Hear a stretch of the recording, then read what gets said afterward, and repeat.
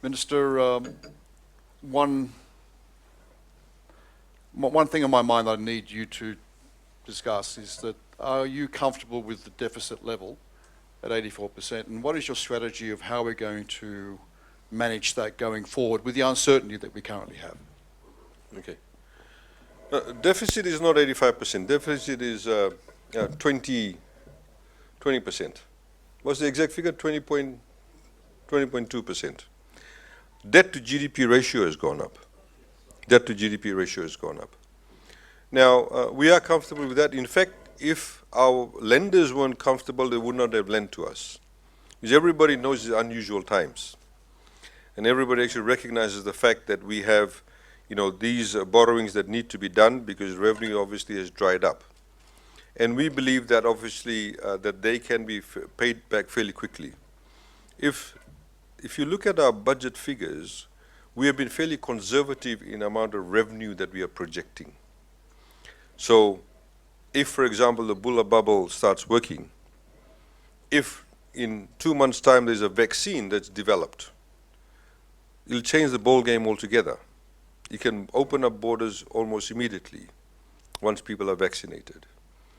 So we'll be in a much better fiscal space then. So we've been extremely conservative in our projections. So we are comfortable with that. And if you look at the borrowings, we are essentially looking at those 4 key areas that I highlighted. So there's a number of projects that we are investing in, what we call the ready-to-shovel projects. So the EIAs have been done, environmental impact assessments have been done, designs have been done, plans have been done, engineering works have been done. All you have to do is call the tender and the works can start.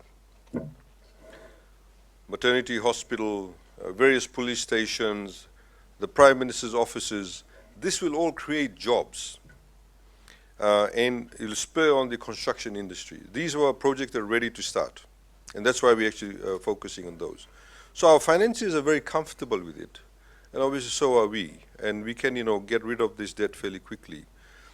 But a different problem if you actually started borrowing, as we've always said for a number of years, if you actually borrow for the wrong reasons or borrow for the wrong projects, because then you have nothing to show for it at the end of the day.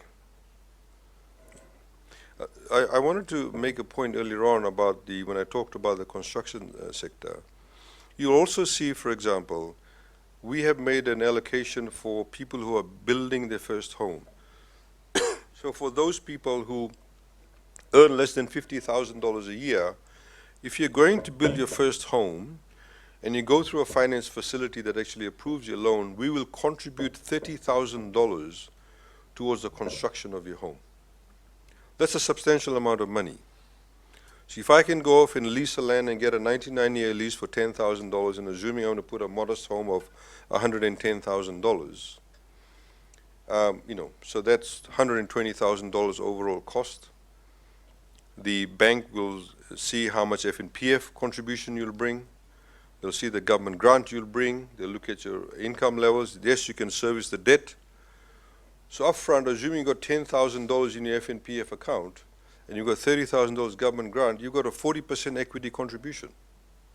The banks must lend, and the banks should lend.